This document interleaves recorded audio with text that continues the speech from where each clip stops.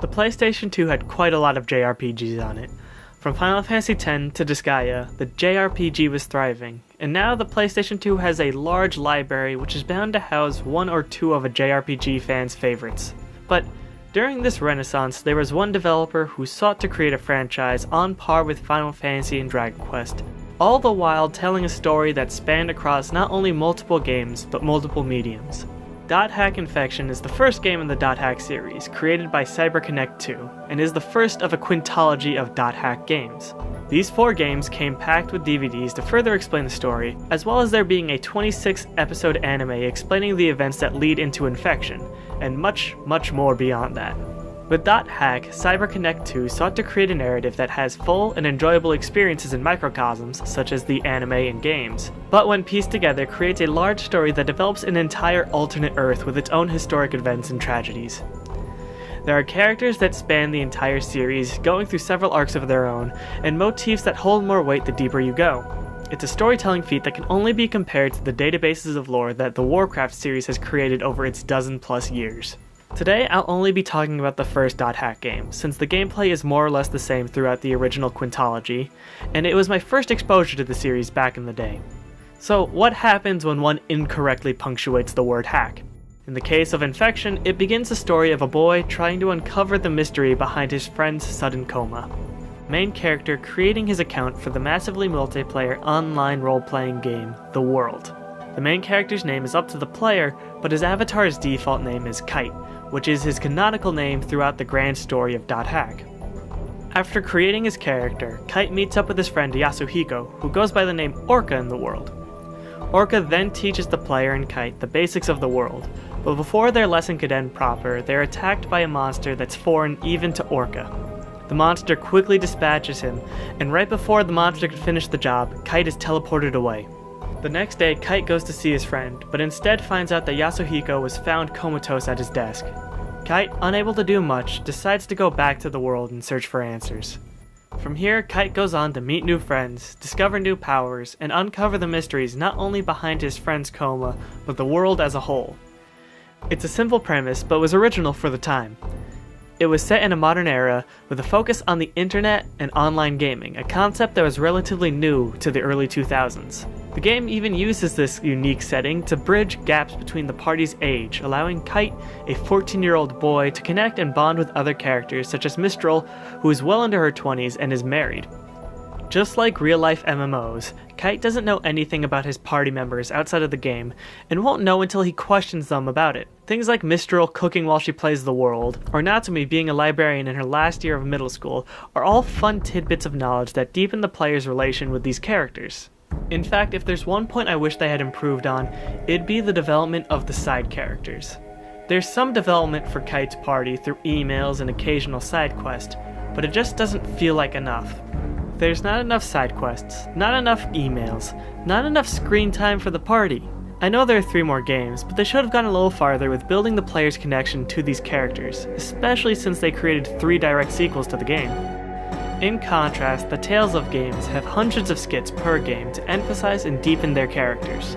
Tales of the Abyss has one of the largest skit counts of the series with over 400 skits, all of which fit on the same type of disc the Dot Hack games are on, so I don't understand why there isn't a higher density of emails and Infection. Maybe they cut back to save time, or maybe it was to reduce costs.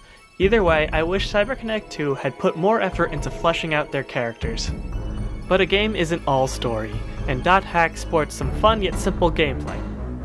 It uses a pseudo-real-time combat system where the player can push X to attack and use skills from a menu.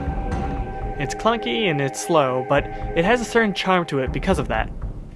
Dot Hack is an RPG where the characters are playing an MMO, and since the game was released in 2000, it makes sense that the game itself would feel clunky like the MMOs from the late 90s and early 2000s.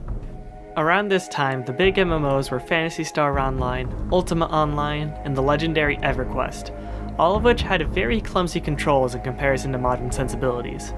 So when Dot Hack handles awkwardly, I don't feel it's poor design, rather a thematic choice to immerse the player in their pseudo-MMO. Granted, there are some aspects that remove from this illusion, such as the game pausing when you open up menus, and the general lack of players outside of towns, but the developers coded the game with just enough MMO concepts that it should be able to suspend one's disbelief. There's also Kite's code manipulating ability Data Drain. Early on in the game, Kite gains Data Drain, which allows him to rewrite a monster's code after weakening it.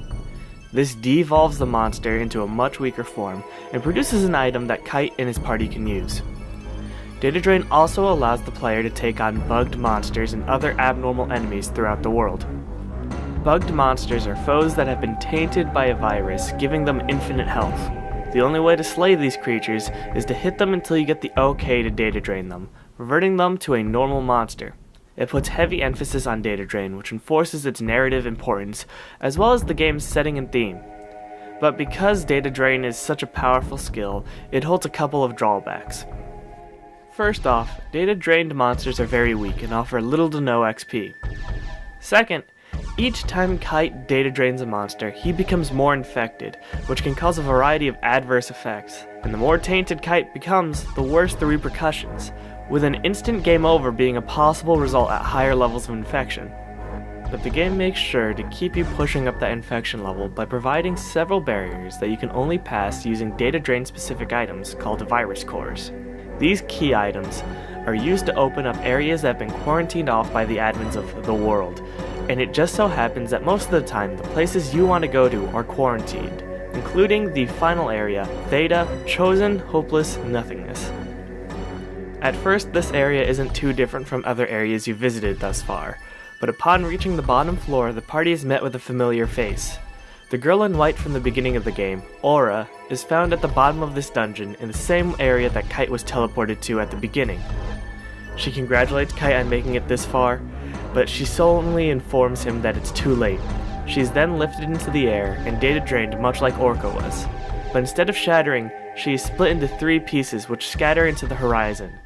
Now confronted by the very monster that had put Orca into a coma, Kite grits his teeth and prepares for combat.